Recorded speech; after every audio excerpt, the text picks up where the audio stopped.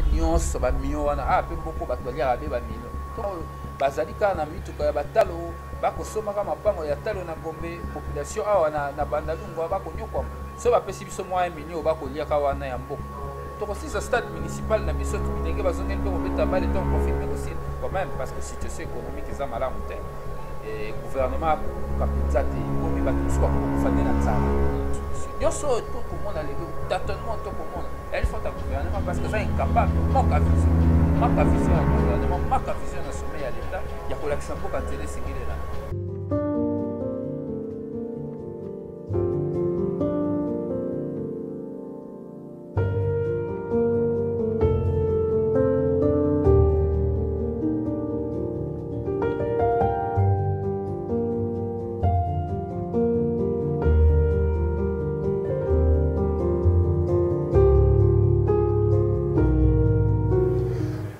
balandi nyonso ya Astra Vision Officiel TV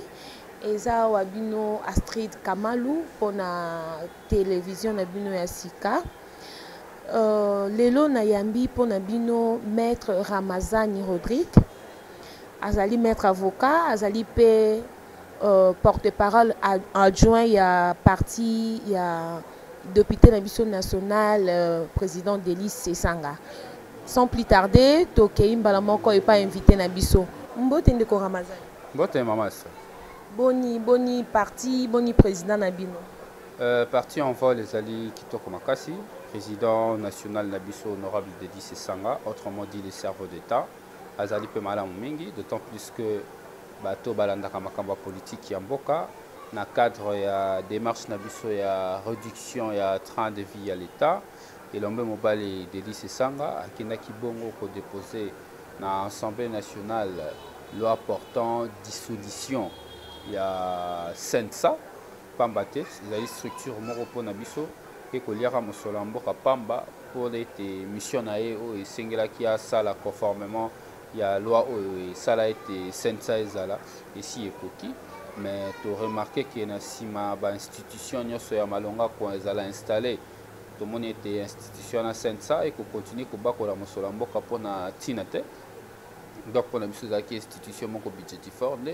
président national la mission honorable Sesanga a déposé une proposition de loi organique portant dissolution ya structure wana wa bengi Sensa pour être battu ba ki Sensa il y a 1 milliard de francs congolais chaque mois pour le fonctionnement na wana na côté ata kutuna makambo ba salaire te ndeko mokambi ya Sensa osepela na bino te ezali démarche te to kosala contre président mwana mboka Olengankoi ezali contre ete to kosala démarche pour na mboka et tozo ko attaquer personnellement te to attaquer pe mutu te biso to constater que ezali structure moko misengeli ezala lisusu te yango to initier donc pour na ko dissoudre ça n'a rien à voir na Olengankoi oya sala ki musala serva ki mboka lolenge ya kokai ko servir mboka bien que ezalaki na ba contexte ba débauchage mais à sala ki oya kokai ko sala pona ye asunga ki mboka ba pona misala mi to dongo na illégitimité ya ba institution ezalaki na 2016 lelo na kanisi ko s'attacher na fonction za na tinate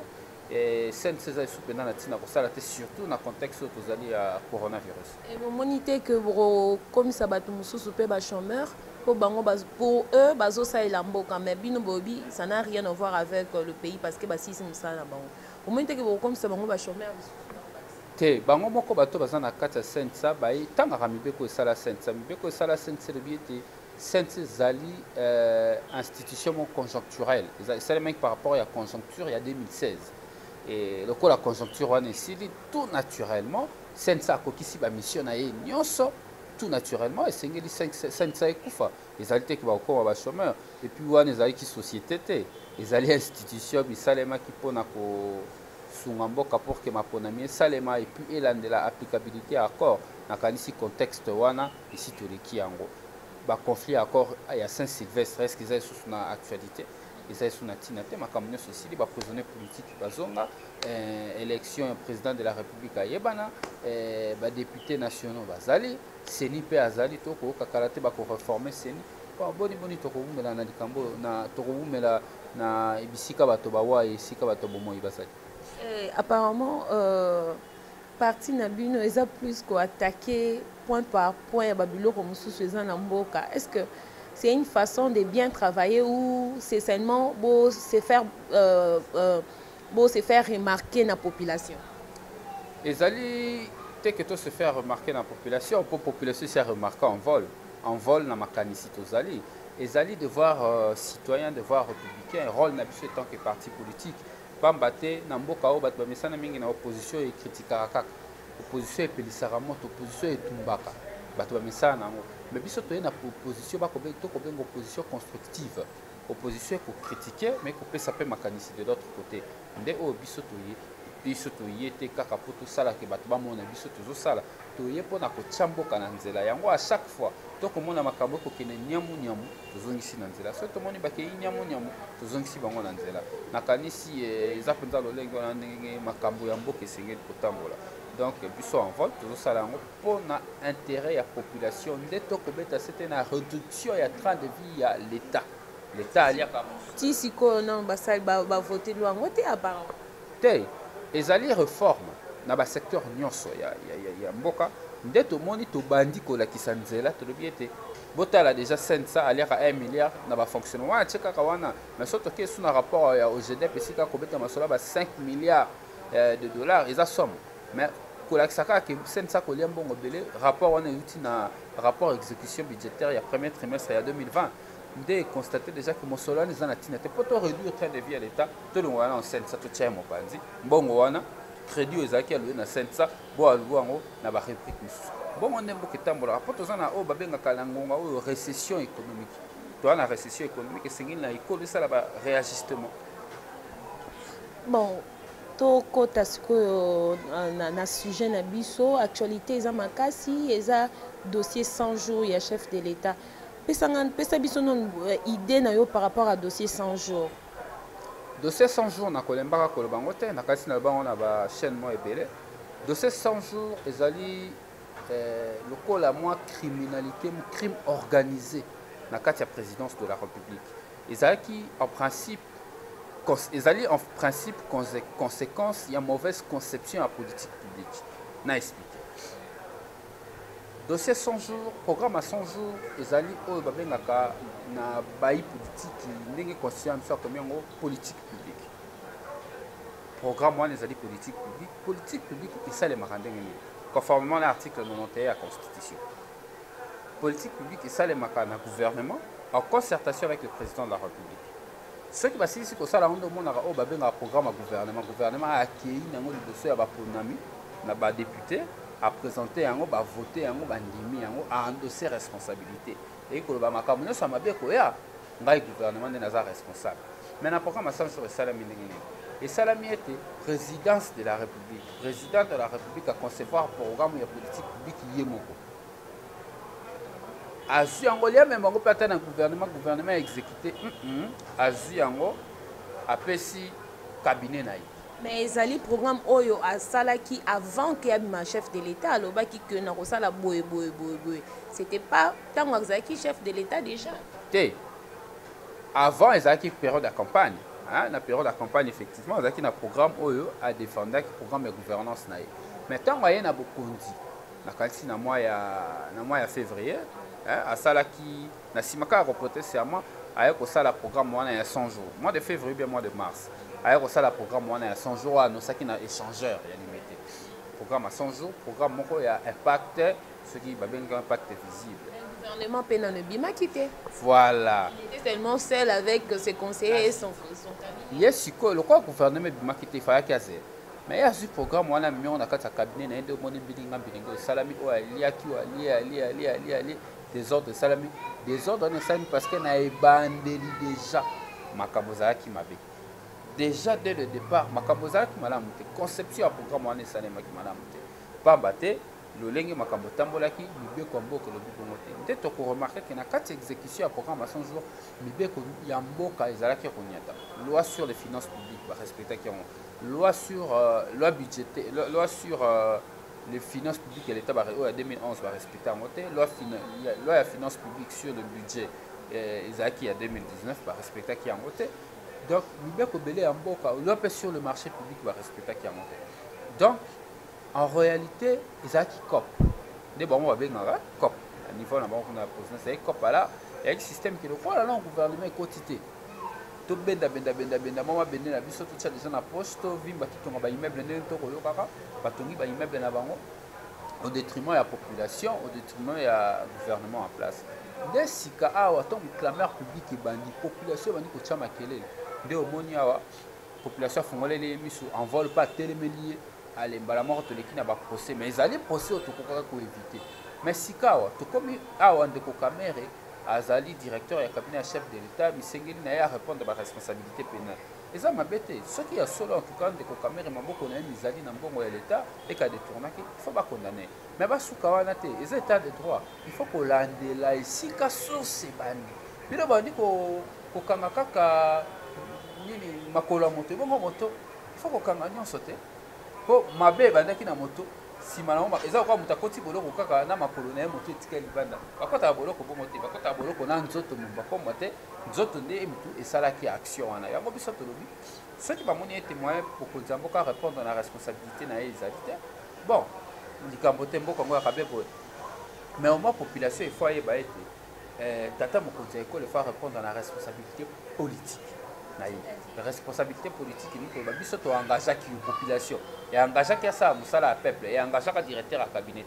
moto azali responsable redevable devant population et directeur à cabinet et chef de l'état soki musala wana esalemi mabe esalami na kimoyi et ali chef de l'état moto asali yango mabe yango population sengeli na ye a sanctionné na 2023 tango tokokende na mapona na ngonga wana nde responsabilité chef de l'état sengeli ezala engagé. Ok. Olobi babanda ko sanctionner déjà na mutu Kamere azan dirait membre inférieur ya nzoto maintenant ozolo banabiso indirectement que détournement ya mbongo wana euti na chef de l'état yé Kamere a exécuté yango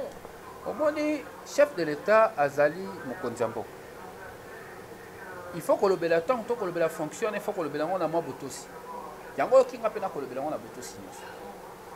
na lobi awa te que chef de l'état a détourné na lobi bo soki directeur de cabinet na ya détourné les sommes bandaki wapi na concepteur nani ali concepteur à programme wana ya 100 jours toyokaki ye alobaki yango mokolo asalaki discours na ye ya état sur la état de la nation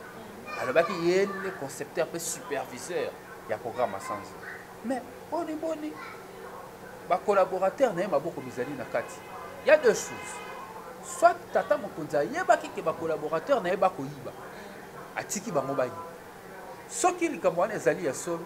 c'est kaza complice lokola azali na complicité ya infraction na misengeli baresponsabilité ezala dégagé mais ngai nakokanisa malamu wana aza ranger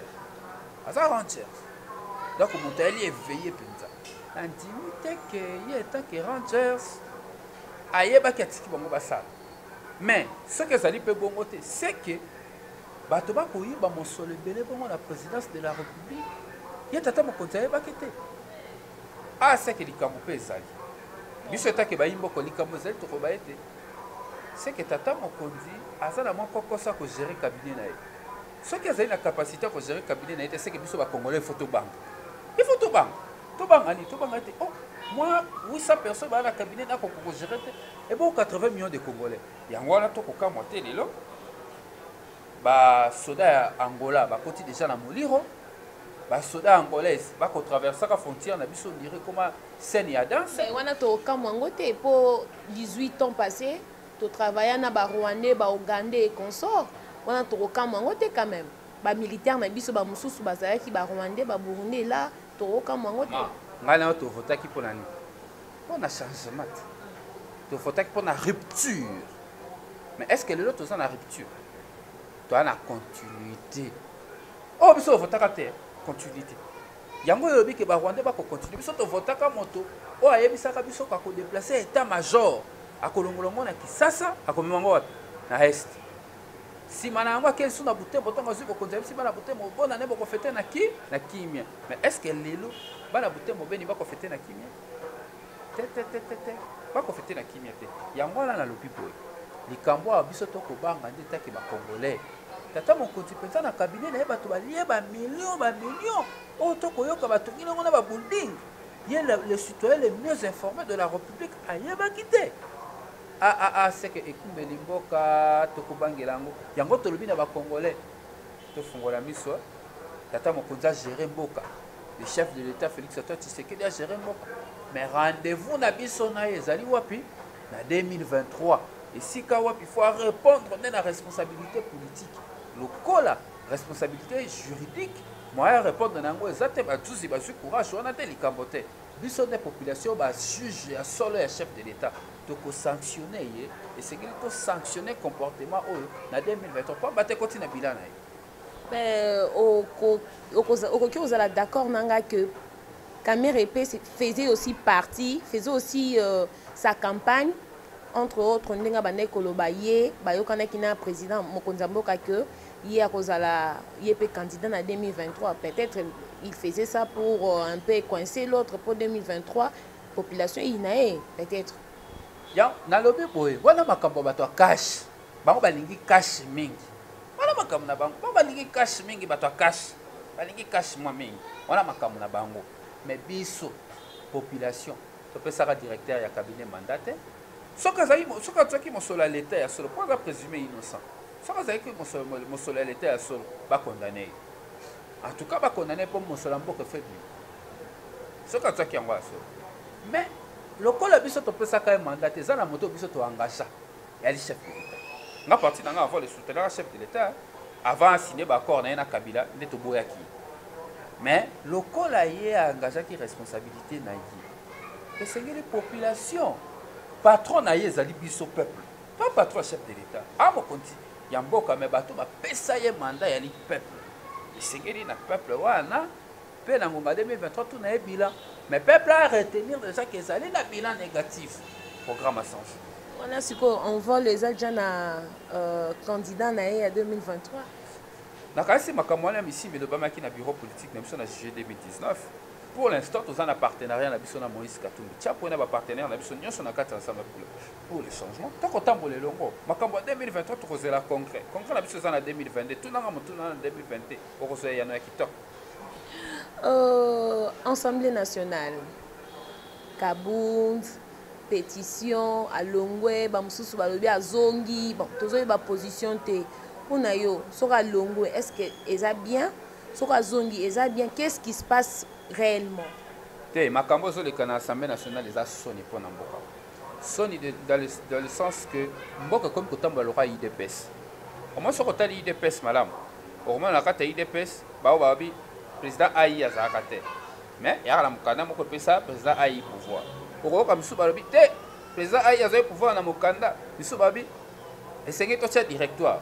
Il est passé ça n'ingini. So le directeur est décidé, le président AI a décidé. Bilinga bilingiza na kati wana. Wala makamu na bango na kokota na kati te. Biso to komona be to ko jimele. Mais ba même peu des ordres na kati ba institution. Secrétaire général à IDP Salobi. Je réponds aux ordres de la hiérarchie qui m'a demandé de venir déposer sa candidat à Patricia Sey. Il y a ça là. Madame to beta mabuto bien IDP c'est évolue. Donc asu yemo solobi non, démarche pe ya président AI ezapeka ya parti. Aboyi candidat donc bango baboyi candidature na donc IDPS yemoko aboyi candidature na yi le lolenge ndenge bakomo kutambisa biso na mboka na majorité la bango FCC libala basala na Kabila ya lisoni ba problème institutionnel ekoki kozala gérer lolenge wana te ça ko démontrer manque à leadership na manque à vision na sommet à l'état makambo mboka ekoki gérer ndenge wana te conseil d'état azali organe ou a su décision en justice. Tant que le Parlement a une décision, à respecter quand même les institutions. Mais on peut condamner à niveau où on est à parquet près à conseil d'État, il y a besoin de force, il y a qui ça va élu, il y a peuple, et alors on peut la population à jouir dans le droit. C'est inacceptable. Il y a un trobi, toi boyi poto poto salité mbindo. Tout comme on a la bataille de peste, bataille PPRD. Babana mafinga na tongo mafinga na pokwa lolengo wana nde bango bakokumbela biso mboko na ba metungisa te bakodistraire peuple te peuple akozela na bango bato IDPS na bango bato cash na bango bato FCC na bango bato PPRD na bila pamba te majorité présidentielle kokuma mboko ya li bango ba memi mboko na kati ya distraction situation économique mabe, situation sécuritaire mabe, nyonso mi kotambola malamu te ata yo moko tosawa. Nomination ya ba mandataire public olobi nini mpona yango? Oh, makambo soni bato balibi mbongo mboka tititi bato tolingaki bango te tobengani bango na bokonzi topemi tobie te tomela mwa pema mokonzi ya mboka alakaki bilenge alobaki na bilenge ete na kotala makambo na bino tomoni ete continuité apparemment tozali mpenza continuité eza déception namoni makambo yango mais bon après ezali bango nde baza na pouvoir biso tozali na ndenge tokomona makambo en vol parti yanga toza na diagnostic ya baproblème ya mboka toapela basolution topesaka à chaque fois mais lokola bango bazwi tokoloba ete toyebi déjà gestion ya bato ebele bazali wana bazali bagestion malamu te ya badétournement ya kimoyibi bamo ebele na kotanga bakombo te population ekolanda ngai eyebi mais oyo tokoloba mingimingi ezali nini ezali lokola bazwi baservir mboka base servir po biso miso na biso en vol tokotala soki tomoni kaka foi biso tolobi mpe tolobi tokotikela bato suta te mbongo mboka eza mbongo ya masiki na bango te ya bambongo mabenga na bango te. Mpona nini kopona kaka bato oyo baza na baposte ebele kopesa bango baposte ezali kaka ndenge bayokanaki na baaccord na bango cash FCC ou bien eza kaka sentiment nde moto esali ke batia bango mpo bamoni bato mosusu ya mayele baza te lokola bango? Ezali makambo ya baaccord na bango bato ya majorité nga na opposition ya baaccord na bango toza déçu ke miyibi ya kala bazongi koyiba lisusu bato babomaki bato kala bazongi mpo baboma lisusu. Bon, bandeko na biso ya UDPS tobundaka pendant 38 ans tokanisaki ete bazalaki na makambo ya kopesa mboka mais tokonstate ke bana eloko ya kopesa mboka te yango tokoinsiste na population na 2023 totala banani tokopesa pouvoir banani tokopesa bokonzi. En tout cas 38 ans ou 39 ans ya lutte ya UDPS lelo eza démontré ke bazalaki prêté ya kogere mboka na makambo nyonso mi kosalema conclusion pende yango. Et ce qui peut être 2023 Kabila zongi bino opposition bokoloba nini par rapport ya makambo bozolo par rapport à préparation na bino en fait